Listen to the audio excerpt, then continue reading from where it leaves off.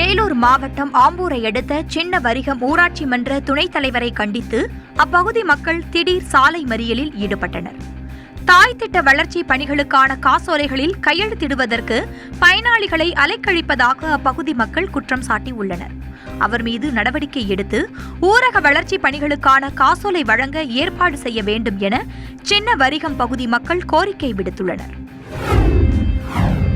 புதுக்கோட்டை மாவட்டம் கந்தர்வக்கோட்டை அடுத்த அக்கச்சிப்பட்டி கிராமத்தில் குடிநீருடன் கழிவுநீர் கலந்து வருவதை கண்டித்து பொதுமக்கள் சுடுகாற்றில் குடியேறி நூதன ஆர்ப்பாட்டத்தில் ஈடுபட்டனர்.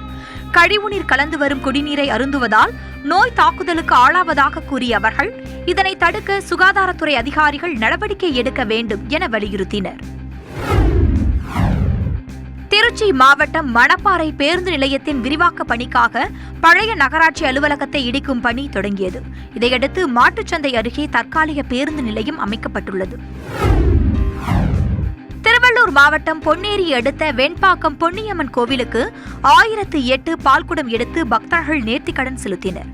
ஊர்வலமாக எடுத்து வந்த பாலை கொண்டு அம்மனுக்கு சிறப்பு அபிஷேக அலங்காரங்கள் செய்து தீப ஆராதனை காட்டப்பட்டது. ஆடி பௌர்ணமியை முன்னிட்டு மதுரை மாவட்டம் மேலூர் அருகே அமைந்துள்ள அழகர் கோவில் தேரோட்டம் சிறப்பாக நடைபெற்றது. ஆயிரக்கணக்கான பக்தர்கள் தேரோட்டத்தில் கலந்து கொண்டு தேரை வடம் பிடித்து இழுத்தனர்.